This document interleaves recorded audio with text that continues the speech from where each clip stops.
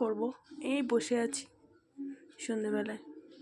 মা টিভি দেখছে আর আমি বসে বসে কাটাচ্ছি। ভালো লাগছে না কিছু, মনটা। আর এই ভাবলাম দেখি তোমাদের সাথে একটা ভিডিও শেয়ার করি ঠাকুরের। ঠাকুর ছাড়া আর কে আছে? ঠাকুরই সব। এই যে আমার ঠাকুর ঘর, ঠাকুরের কাছেই বসে আছি।